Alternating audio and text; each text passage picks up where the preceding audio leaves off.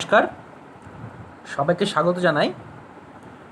আজকে তোমাদের পদার্থের যে গঠন এবং ধর্ম আছে সেই চ্যাপ্টার থেকে তোমরা বলেছিলে যে বইয়ের যে গাণিতিক সমস্যাগুলো আছে সেই সমস্যাগুলো একটু বুঝিয়ে দিতে।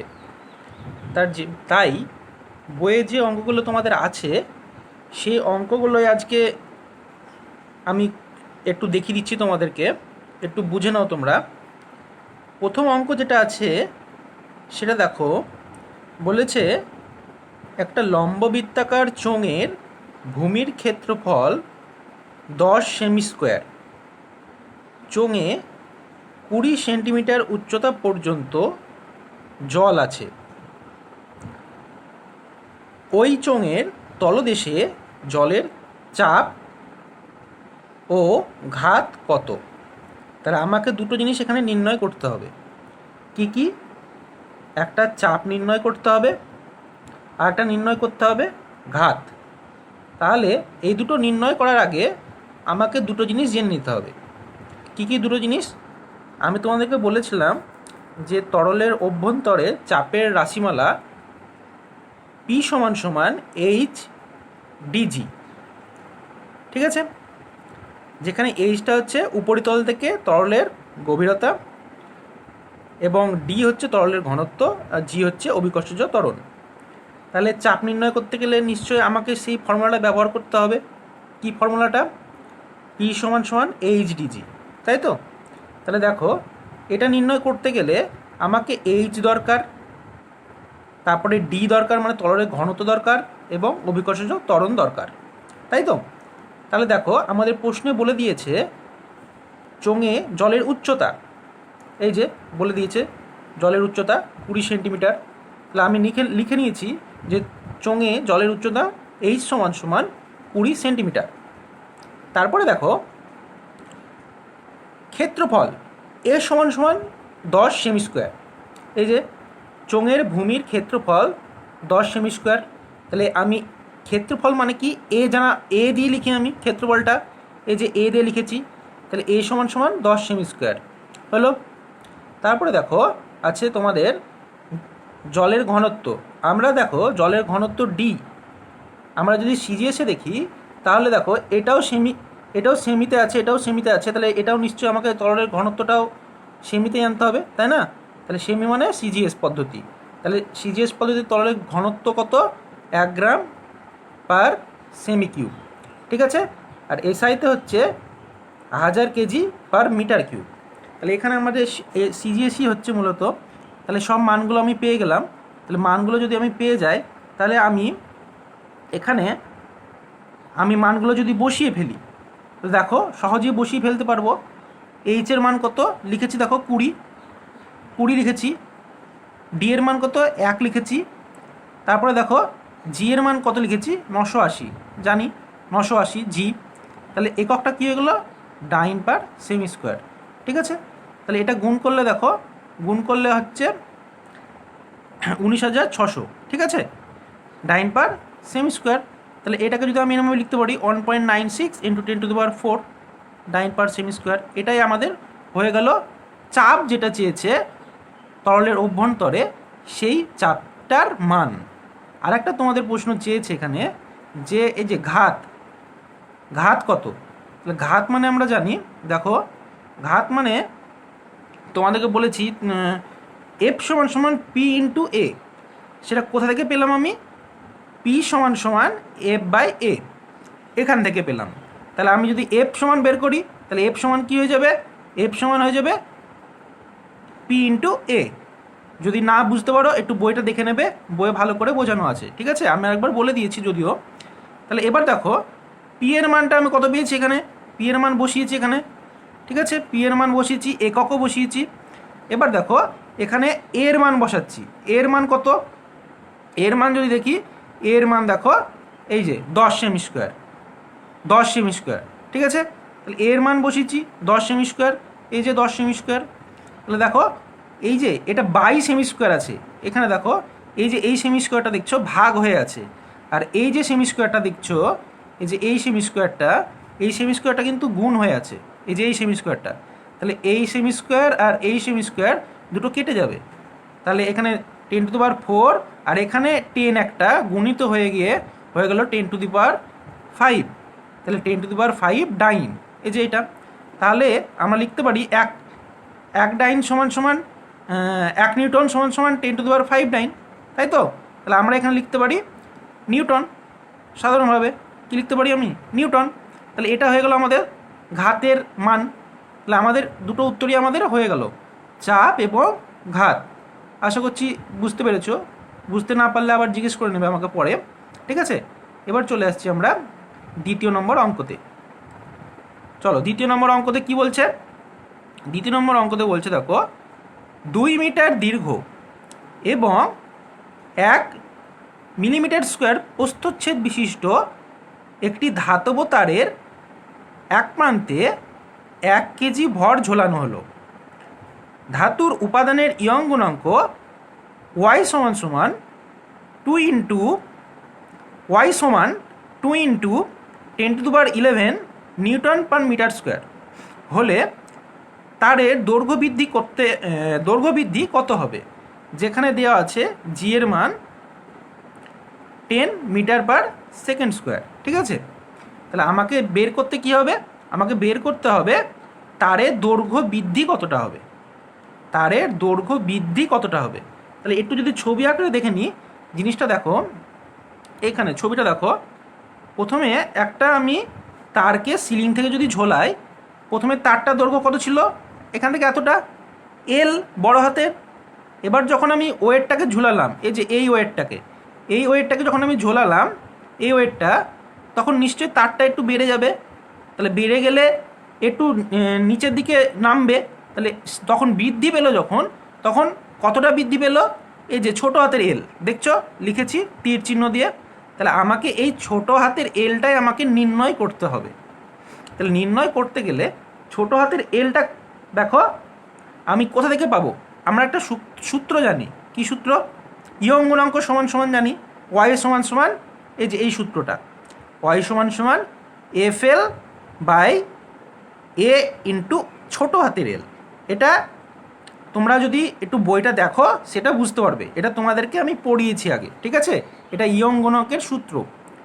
এবার দেখো মান, তাহলে আমার কী কী লাগবে এখানে, এই সূত্রটা থেকে যদি আমি মানটা বের করতে চাই ছোটো হাতের এল এর, তাহলে আমার কী কী লাগবে, আমার লাগবে প্রথমে দেখো এফ এর মান লাগবে, বড় হাতের এল এর মান লাগবে, এই যে এ মান লাগবে, আর ওয়াই এর মানটা আমাকে লাগবে। তাহলে আমি ছোটো হাতের এল এর মানটা আমি নির্ণয় করতে পারবো। তাহলে আমাকে কি কি দিয়ে দিয়েছে প্রশ্নে সেটা আমি একটু আগে দেখে নিই। তাহলে চলো দেখে নেওয়া যাক। এখানে দেখো প্রথমে প্রাথমিক দৈর্ঘ্য বড় হাতের এল দিয়েছে, দেখো আমাকে 2 বলে দিয়েছে, আমাকে প্রাথমিক দৈর্ঘ্য বড় হাতের এল 2 আমাকে বলে দিয়েছে। কোথায় বলে দিয়েছে, এই যে 2 মিটার দীর্ঘ। তাহলে এটা কি বড় হাতের এল, তার জন্য আমি দেখো 2 মিটার লিখেছি, আমি 2 মিটার লিখেছি, ঠিক আছে। এবার দেখো প্রস্থচ্ছেদের ক্ষেত্রফল আমরা কি জানি, এ বড় হাতের এ, তাই তো। এখানে দিয়ে দিয়েছে দেখো 1 মিটার স্কোয়ার, মিলিমিটার স্কোয়ার, এই যে 1 মিলিমিটার স্কোয়ার লিখেছি, কিন্তু এককটা কি আছে, মিলিমিটার স্কোয়ারে আছে, মিলিমিটারে শুধু নয় মিলিমিটার স্কোয়ারে আছে।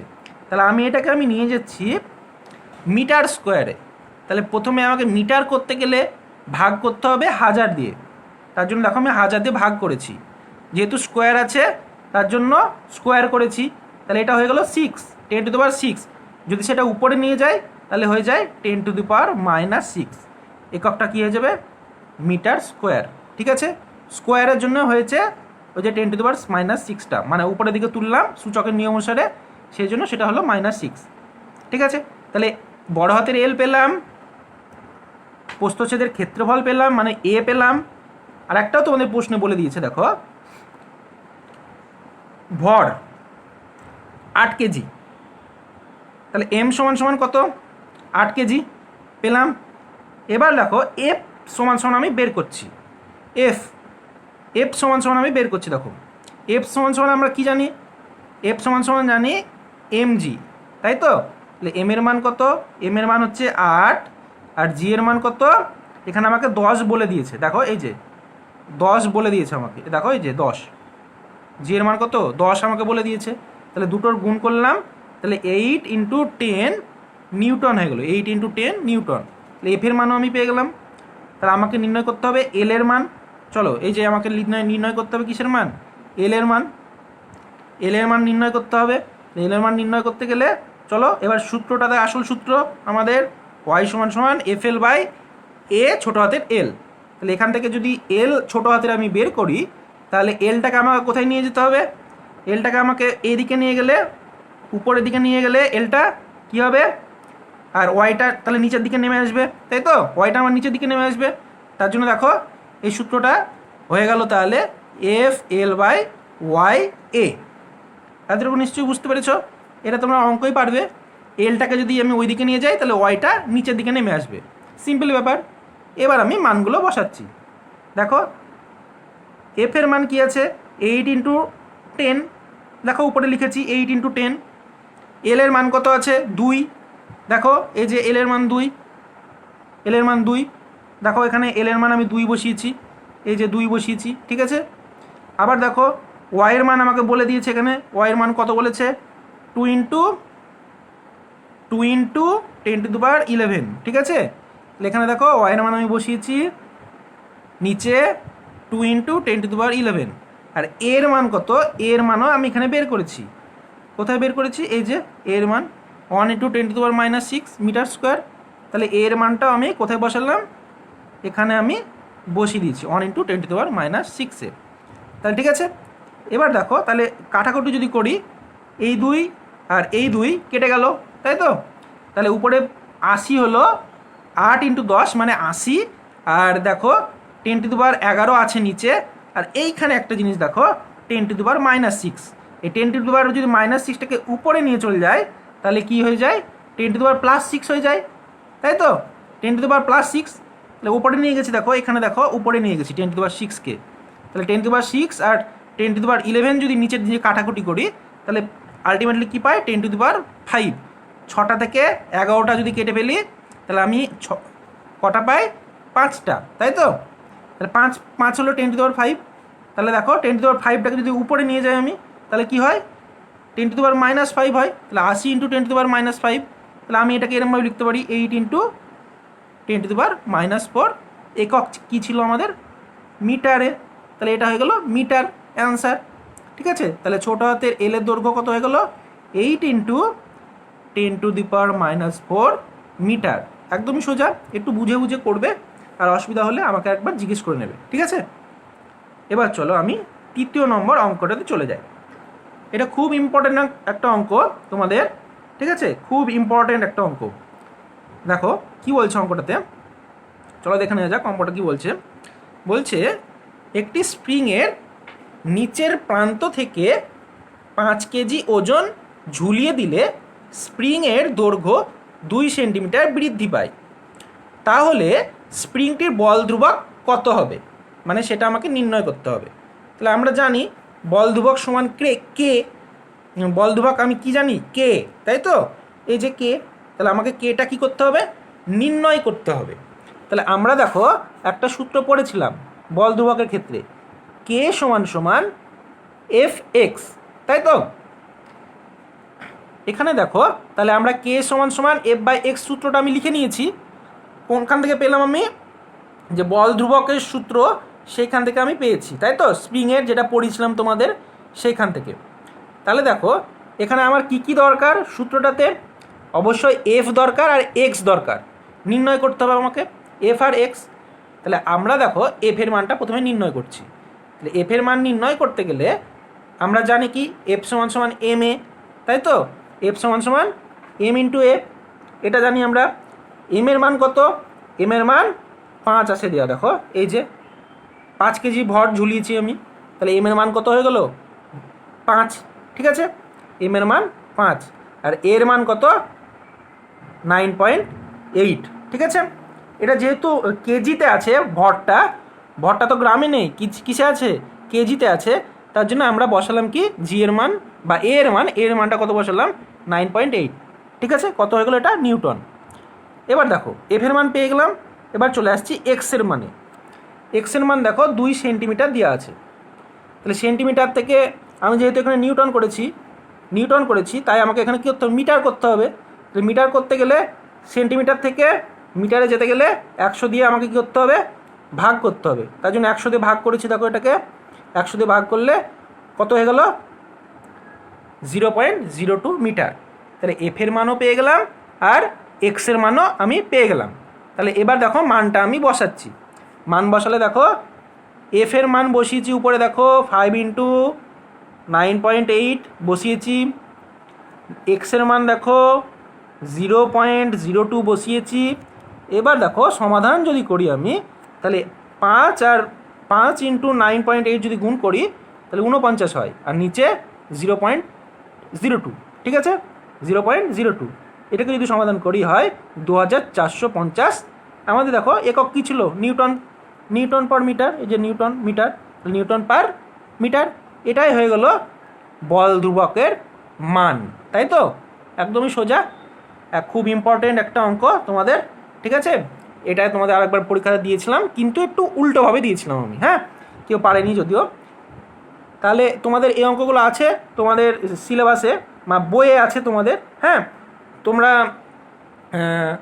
আশা করছি বুঝতে পেরেছো। যদি না বুঝতে পারো অবশ্যই আমাকে হোয়াটসঅ্যাপে জানাবে তোমরা, ঠিক আছে? ধন্যবাদ।